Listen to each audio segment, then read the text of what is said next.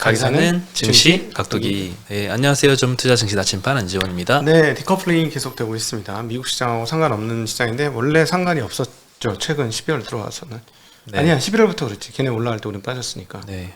예, 계속 디커플링 당분간 될 것 같습니다. 그리고 개인적인 생각에는 삼성전자 하이닉스가 뭐 크게 밀릴 자리가 아닌 것 같아서 삼성전자 하이닉스 안 빠지면 뭐 지수 그렇게 많이 빠지겠나요? 네, 바닥 대비 많이 그래도 반등은 했는데 여기서도 잘 지켜주고 있습니다. 네, 그러니까 오늘 뭐 빠지다가 뭐 보합으로 끝났는데 뭐 그렇게 조금 한국 시장은 조금 당분간은 미국 시장하고 조금 갈라쳐서 보시면 어떨까 싶긴 한데 어쨌든 뭐 미국에서 이제 금리 인상이 조금 우려되는 상황까지 해서 충격을 받으면 그때는 뭐 충격을 한번 받겠죠. 그럼에도 불구하고 삼성전자 하이닉스는 복원력이 상당히 빠를 것 같은데. 네. 네, 지금 분위기는 좀 그래요. 이 정도 했는데도 안 밀리는 거 봐서는. 그렇죠? 네. 네, 전망도 계속 좋아지고 있어요. 뭐 네. 반도체 D램 가격에 대한 전망도 1분기에 뭐 생각했던 하락폭이 그만큼 안 나올 것이다. 이런 전망으로 네. 다시 다 바꾸고 있는 추세라서요. 이번 주 주말에 나가겠습니다만 하락폭이 확 줄면 그건 무슨 말이냐면 바로 오른다는 얘기예요. 그 다음에 오른 시간이 임박했다라는 얘기가 되겠습니다. 네. 네, 오늘 코스피 코스닥 다 보합세 뭐 거의 움직이지 않았습니다. 네. 네, 개인 투자자들이 코스피에서 1,600억 매수했고요. 코스닥에서는 400억 매도했습니다.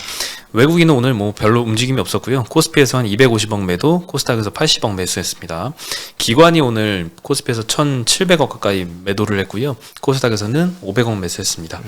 역시 뭐 코로나 확진자가 7,800명 정도 나오면서 사상 최대치 나오니까 또 의료 정밀 그다음에 의약품 섹터가 오늘 1, 2위 업종 상승을 기록을 했고요. 네. ST 바이오센서 1.6% 상승했고요. 일동제약은 어제에 이어서 오늘도 26% 상승을 했습니다. 엄청납니다.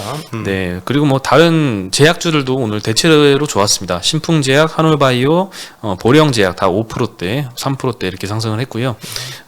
삼성바이오로직스도 1.6%, SK바이오사이언스도 0.8%, 셀트리온 0.2% 상승해서 마감을 했습니다. 그리고 전기전자 업종이 세 번째로 많이 올랐는데요. 여기 LG이노텍 오늘도 깜짝 놀랄 만큼 주가 상승이 컸습니다. 많이 올랐는데 고점에서 이렇게 많이 오르나? 9.6% 상승을 했고요. 놀랍네. MC넥스 6.7% 상승, LG디스플레이 3% 상승, 하이닉스 2%, 삼성전기 1.4%, 삼성전자도 마지막에 좀 0.8% 상승해서 마감을 했습니다. 전기전자는 잘 보셔야 될 것 같아요. 뭔가 때가 오고 있습니다. 네. 그리고 뭐 코로나 뭐 돼도 되니까 이 종이목재 업종 0.8% 상승을 했고요. 태림 포장, 대형 포장, 신풍재지 다 4%, 3%대씩 상승해서 마감을 했습니다. 제일 많이 빠진 건 오늘 해운주들이 굉장히 많이 빠졌습니다. HMM이 5% 빠졌고요. 페노션이 4% 빠졌고 대한해운이 2% 빠지면서 운수 창고 업종이 1.8% 마이너스로 업종 하위 1위를 기록을 했고요. 여기에 속한 항공주들은 그래도 보합세를 유지를 잘 했습니다. 네. 아시아나 대한항공은 0.7%, 0.3%씩 상승을 했고요. 네. LCC들도 뭐 거의 보합세를 유지를 했습니다. 철강금속이 두 번째로 많이 빠졌고요. 포스코가 2% 하락을 했습니다. 네, 그리고 포스코 강판이 1.4% 하락, 영풍과 고려안이 1% 정도씩 하락을 했고 현대제철은 오히려 1.2% 상승해서 마감을 했습니다. 네. 건설주들이 그 다음으로 빠졌는데요. 현대건설이 오늘 유독 많이 빠졌습니다. 네. 3%나 하락을 했고요. 현대 엔지니어링 상장이 내년 2월에 상장 예정이잖아요. 네. 공모가 상단 기준으로 이미 시총 1위를 기록을 하고 있고 그런데 지금 장외에서 이 공모가 상단보다도 한 60% 높은 가격으로 거래가 되고 있다고 합니다. 그러면 시총이 한 10조 원 정도이거든요. 높네. 엄청나죠. 네, 그러면 당연히 현대건설 이 모회사 주가에 부담이 안 될 수가 없겠죠. 아니 올라가야 되겠지 모회사는 단기적으로는. 원래 자회사 가치가 높은데 지분 가치 따져보면 감안하면 올려줘야 되는데 문제는 더블 카운팅인데 그 더블 카운팅을 어떻게 해석할 거냐 시장에서. 좋게 해석해주면 카카오처럼 덮어 씌워가지고 올릴 것이고. 그러기에는 너무 자회사 몸집이 커가지고 이제 상장이 다가오니까 오히려 좀 하락의 이유가 아닌가 이런 생각이 들긴 합니다. 그러니까는 큰 게 빠져나가면 안에 있었던 놈이 빠져나가니까 안에 있는 거 가치를 평가 안 해준다는 말씀이신 거잖아요. 근데 10조 빠져나가면 진짜 참 부담 크네. 네. 네, 오늘 전기전자 업종에 외국인 매수세가 제일 많이 몰렸고요. 삼성전자에 1,300억, 하이닉스에 700억 매수가 들어왔습니다. 그리고 2차전지 섹터는 셀업체는 특히 조금 안 좋은 전망이 나오고 있는 것 같아요. 삼성 SDI가 어제 하나금투에서 이 4분기 영업이익 추정치를 하향을 시켰잖아요. 네. 오늘도 외사에서 목표가를 하향을 했더라고요. 오늘 외국인들이 400억, 삼성 SDI에서 매도가 나왔고요. 네. 화학 섹터에서 이제 제일 큰 매도가 나왔습니다. 600억 정도 매도가 했는데 금호석유에 130억 매도, LG 화학에 110억 정도 매도세가 나왔고요. 네. 그리고 어제 미국 PPI가 9.6% 발표가 됐잖아요. 네. 물가 우려가 되는 만큼 이제 뭐 금리 인상 시점에 대해서 계속 전망이 좀 앞당겨지고 있는 것 같습니다. 예. 지금 5월에 인상할 가능성이 65%, 6월 인상 가능성이 81% 정도로 평가가 되고 있고요. 미국 투자은행 컨센서스를 보면은 2022년에는 금리 인상을 2번 할 것이다.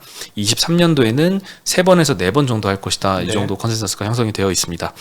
근데 또 단기 금리는 이런 이제 긴축적인 움직임 때문에 올라가는데 장기 금리는 이제 정체를 보이면서 장단기 금리 차는 계속 축소가 되고 있는 상황이고요. 네. KTB증권에서는 이 경기 위축될 가능성을 감안을 하면 장단기 금리 차가 역전될 우려도 대두되고 있다라고 코멘트를 했습니다.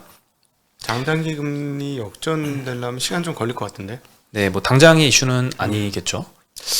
내년에 한번 벌어질 것 같은데 다시 좁혀들다가 살짝 벌어지고 유지할 것 같은 느낌? 그러길 바랍니다. 저만의 생각인데 왜냐하면 인플레이션 너무 높게 나오고 생각보다 경기가 좋을 것 같은데요. 저는 너희들이 생각하는 만큼 경기가 나쁘지 않을 것 같은데 저의 핵심 아이디어는 그거예요. 왜 그렇게 보느냐 하면 네. 미국 지금 계속 관찰을 몇 년째 해오고 있잖아요. 그러니까 뭔가 좀 보이는 게 있거든.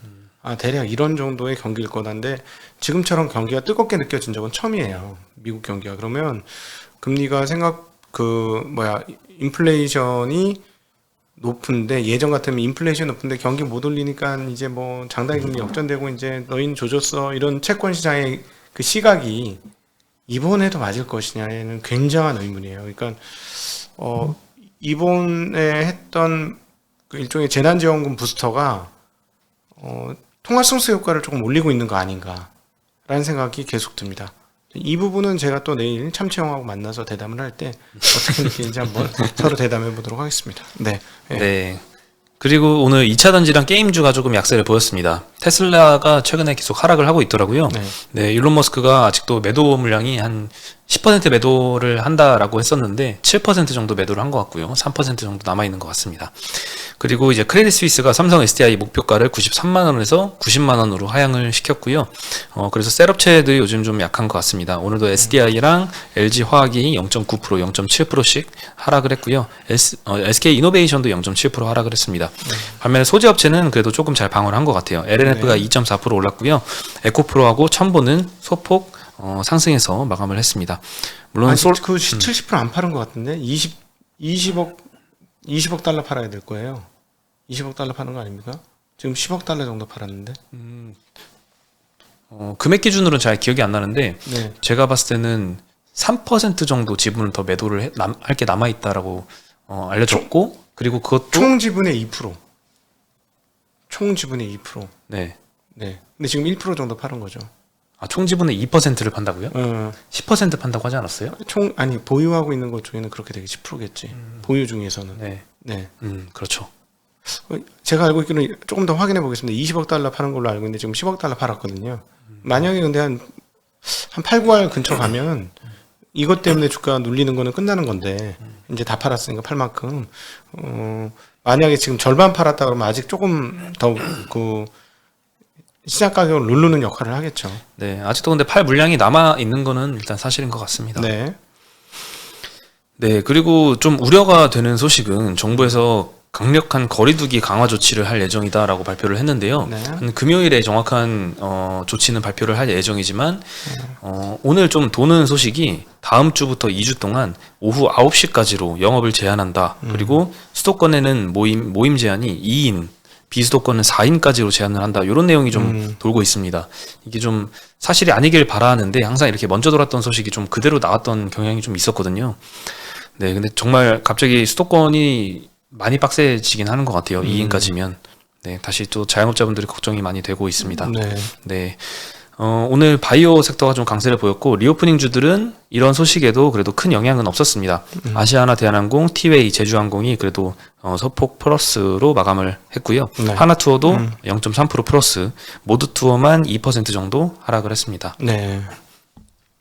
그리고 일동제약이 어제도 많이 상승을 했는데 오늘도 코로나 치료제 기대감이 역시 계속 지속이 되는 것 같습니다. 26% 상승을 했고요. 하루에 한 회씩 이제 5일 동안만 복용하는 방식이라서 화이자나 머크 대비 굉장히 간편한 건 사실인 것 같습니다. 네. 그리고 하이닉스가 2% 상승을 했는데요. 오늘 업계 최대 용량인 24기가비트 DDR5 샘플을 출하했다는 소식이 알려졌습니다.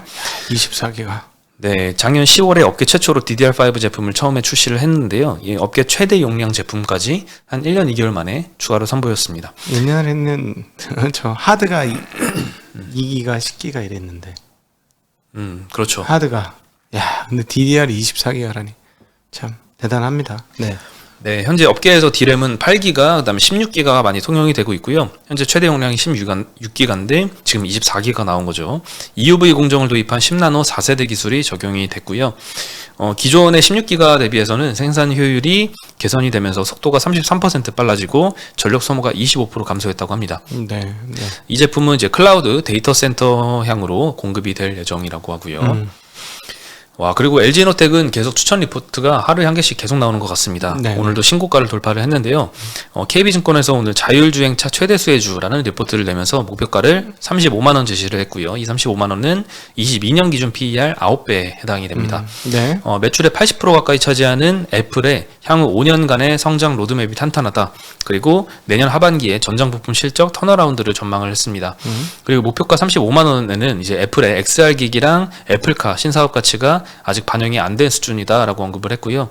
현재 PER 기준도 22년 기준으로 7.8배 수준이라서 추가 상승 여력이 있다고 평가를 했습니다.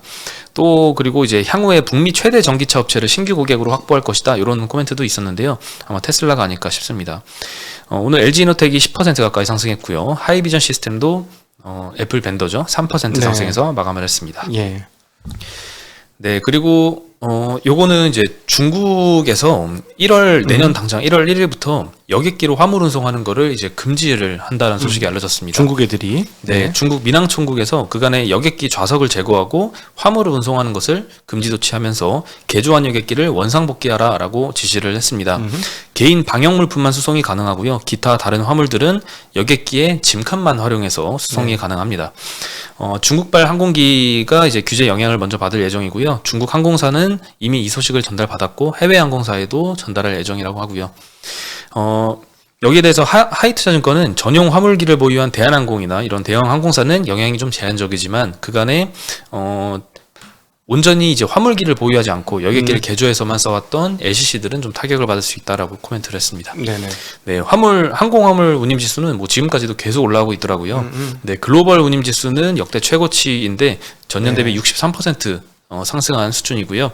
상하이 공항발 운임은 82%나 중국발이 훨씬 더 운임폭이 상승이 큽니다. 오늘도 한 업체하고 통화했는데 수출하는 거는 운임이 계속 문제래요. 운임 때문에 자꾸 마진이 꺾인대. 네. 너무 높아가지고. 네. 예, 그리고 이번 조치가 더해져서 이제 항공 화물 운임 상승 사이클이 더욱더 길어질 것이다 이렇게 전망을 했고요. 아까 잘못 말씀드렸네요. 하이투자증권이 아니라 NH증권입니다. 네. 네, 그러면서 대한항공의 추가 실적 개선이 전망이 된다라고 언급을 했습니다. 오늘 대한항공은 0.34% 상승으로 마감을 했습니다. 네. 네, 그리고 SK증권에서 OCI에 대해서 이제 폴리실리콘 가격 조정을 반영해서 목표 주가를 많이 내렸습니다. 19만 5천 원에서 15만 원으로 하향을 시켰고요. 폴리실리콘 가격이 킬로그램당 35.8달러로 피크를 찍었고 12월 1일 기준으로는 32달러까지 내려왔습니다. 네. 네, 물론 2019년, 20년에는 킬로그램당 한 10불 정도밖에 안 했기 때문에 그때 대비해서는 한 3배 이상 높은 수준이지만 가격 조정 흐름이 센티에 부정적이다 이렇게 언급을 했습니다. OCI가 오늘 4% 하락했고요. 네. 하나솔루션도 3% 하락을 했습니다. 네, 그리고 마지막으로 하이투자증권에서 이 최근에 뭐 주목받고 있지 않은 뉴스이지만 또 중요한 뉴스 하나를 언급을 해줬는데요. 미국의 대중관세 인하 가능성이 대두되고 있다. 이런 소식을 전해줬습니다.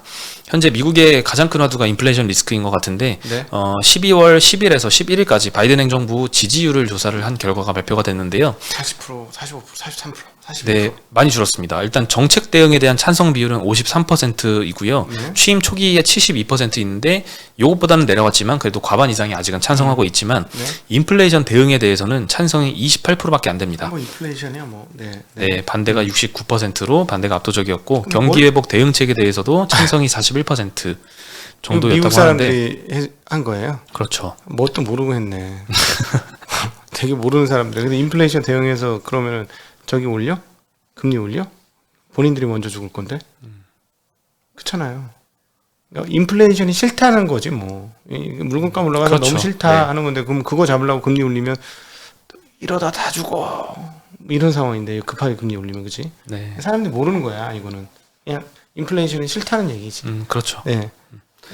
그래서 이제 바이든 정부도 열심히 노력을 하고 있긴 하죠. 가솔린 가격 안정을 위해서 이제 전략 비축유도 방출하고 있지만 아직 효과는 좀 미미하고요. 최근에 행정부 내에서 거론이 되고 있는 게 중국산 관세 인하 가능성입니다. 지난 2일의 세미나에서도 옐런 재무장관이 중국 제품 관세를 인하하면 인플레이션 압력이 줄어들 것이다. 그리고 트럼프 행정부 때 시행된 관세 중에 일부는 정당성이 없이 부과가 된 거기 때문에 네. 좀 인하해야 된다 이런 언급을 했었고요. 반도체 산업협회에서도 뭐 무역대표부에 이 반도체와 부품에 대해서 관세 철회해달라는 의견서도 제출하면서 업계에서도 많이 요구를 하고 있는 상황입니다. 네, 이럴 때 뭐 중국에서 액션 한번 취해주면 딱 될 텐데. 아유, 항공기가 필요하네요. 뭐 이러면서. 그죠? 항공기 20대만 보내주세요. 아, 관세 없이. 자, 이러면서. 네. 될 듯 안 됩니다. 네. 네, 근데 뭐 쉬운 문제는 아닐 것 같아요. 지금 바이든 정부에서도 이럴까 저럴까 지금 망설이고 있다고 하는데 강력하게 추진 중인 정책이 지금 탈중국 신공급망 정책이잖아요. 네, 네. 미국과 또 배치되는 정책이 관세 인하기 때문에 고민을 많이 하고 있는 것 같습니다. 네. 그래도 하이투자증권에서는 고율 관세의 일부를 인하할 가능성은 남아 있다라고 전망을 했습니다. 네. 아, 예. 네. 마지막으로 재미난 뉴스도 있던데. 네, 재미난 뉴스 하나 더 언급을 해드리면요. 이게 사실 재미나다고 할 수는 없을 것 같아요. 네. 누군가한테는 뭐 좋을 수 있지만 누군가에는 또 피눈물이기 때문에 네. 지금 30평 국내 아파트 가격이 뭐 몇십억 이렇게 하는 상황이잖아요. 아, 설마 다는 안 그렇겠지. 몇 개만 그렇겠지. 예, 서울이 그렇죠. 근데 뭐 터키 같은 경우에는 한화 기준으로 뭐 5천만 원 수준까지 떨어졌다고 하는데 터키 리라화 폭락이 지금 엄청납니다. 네. 네, 지금 터키 리라화가 올해 초에 1달러당 7리라 정도였는데 현재 14리라가 넘었고요. 뭐 화폐 가치가 반토막 이상 난 거죠. 네. 물론 그 올해가 되기 전까지만 해도 월 차트로 봐도 계속 떨어지고 있습니다. 90년대부터 무섭게 떨어지고 있는데 특히나 올해 하반기 들어서 이 통화 가치 하락폭이 굉장히 거세게 일어나고 있는데 에르도안 대통령의 이제 정책 실패가 아닌가 싶습니다. 네. 그 물가 상승에도 불구하고 이 수출 촉진을 위해서 저금리 정책을 유지를 하고 있는데 심지어 저도 깜짝 놀랐는데 고금리가 오히려 인플레이션을 유발한다 이런 생소한 주장도 펼치고 있습니다. 네. 인플레이션 잡으려면 금리를 올리는 게 아니라 금리를 내려야 된다. 네. 이런 약간 상식에 배치되는 주장을 하고 있죠. 그러면서 환율이 지금 많이 반응을 하고 있는 것 같은데요. 올해 1월부터 11월까지 외국인들이 터키에서 아파트를 5만 채 이상을 매입을 했다고 합니다. 매입 건수가 전년 대비 40% 이상 급증을 했고요. 사도 상관없는 모양이지. 그런 것 같습니다. 일단 이 터키의 주변국들부터 많이 사고 있는 것 같아요. 이란이랑 이라크, 러시아, 독일 국민들이 지금 많이 사고 있다고 합니다. 에어비앤비로 쓰면 되잖아. 예? 사서. 사서요? 사서. 뭐 그렇게 돌리겠죠. 우리도 하나 살까? 에어비앤비로. 조기마을 에어비앤비. 독일말 에어비앤비요. 우리 클럽에 오신 분들은 20% 할인 뭐 이러면서 네. 불은 꺼놓고 가세요. 뭐 이렇게 외국인들한테는 이게 뭐 쇼핑의 기회일 수가 있는데 현지 국민들은 얼마나 피눈물이 날까 싶습니다. 잘 모를 수도 있지. 어떤 걸요? 다 가려져 있으면. 국외가 이렇게 다 차단이 돼 있으면. 이 나라가 이렇게 망가진 게 쿠데타 있었을 때부터예요. 쿠데타를 모의했다라고 그 사람들을 잡아 넣었을 때부터 이상해졌어요. 그때부터 에르도안의 독재가 강화됐고 이런 측면에서 보면 민주주의 시스템이 훨씬 더 좋은 시스템인 것 같아요. 자기 마음대로 가는 거잖아. 근데 이게 여기에 제일 무서운 게 뭐냐면 그 종교가 끼었잖아요. 네. 훨씬 더 원래 터키는 굉장히 좀 원래 여기에 저게 있었잖아요. 그 이슬람의 그 짱을 뭐라 그러지? 이슬람에서 짱? 술탄? 술탄인데 그걸 다른 말로 하는데 그런 게 있었거든요. 술탄에 짱이 있는데 그게 원래 이 나라잖아요. 근데 완전히 그 아따뚜르크에 의해서 세속주의가 들어왔어요. 네. 그래서 상당히 세속적인 그 이슬람이어서 상당히 자유롭고 좋은 그런 분위기였어요. 그랬는데 이 갑자기 이슬람화가 더 강화되면서 독재를 하면서 나라가 좀 망가지고 있습니다. 지금 보니까. 네. 근데 뭐 전망들은 여기서 환율이 더 동아가치가 더 빠질 수 있다 이런 전망을 그럴 많이 수 있죠. 내놓고 있습니다. 여기 정말 축복받은 땅이에요. 안 가보셨죠? 네, 전 가고 싶은데 여기 정말 넓고, 그러니까 우리 저 위쪽 그 고구려하고 친했던 애들이잖아. 돌골족 아닙니까? 돌골족. 네. 투르크. 응? 이 투르크 애들이 말 타고 저기까지 간 거 아니야? 왜 저기서 멈췄겠어? 살기 좋으니까. 뭐가 풍성해요. 모든 게 풍성해. 이 특별히 음식류 이런 게 너무 흔해. 그러니까 못 살 수가 없는 나라인데. 참 안타깝게 됐습니다. 네. 자, 오늘 갔으면 소식은 좋겠다. 여기까지입니다. 자꾸 나는 꼭 터키 가야 된다는데 우리 구독자분들이 왜요? 머리 심는 거 짱이 됩니다. 아, 그래요? 머리 심기 세계 1위라는데 가성비. 저는 거기 그 열기구 타러 한번 가보고 싶어요. 네, 열기는 저는 타봤죠. 아, 그냥- 터키에서요? 네네. 위에서 보는 것보다 밑에 뭐 옆에서 네. 이 머리를 이렇게 이식 안 되나? 같이 가서 이게 머리에 같이 가면 안 될 것 같습니다. 훨씬 더 모공이 튼튼하고 좋을 것 같은데 내 머리보다. 네. 예. 네, 저희 오늘 소식은 여기까지고요. 저는 오늘 연합인포맥스에서 네, 뵙겠습니다. 연합인포에서 잘해주시고요. 네. 그럼 인사드리겠습니다. 안녕.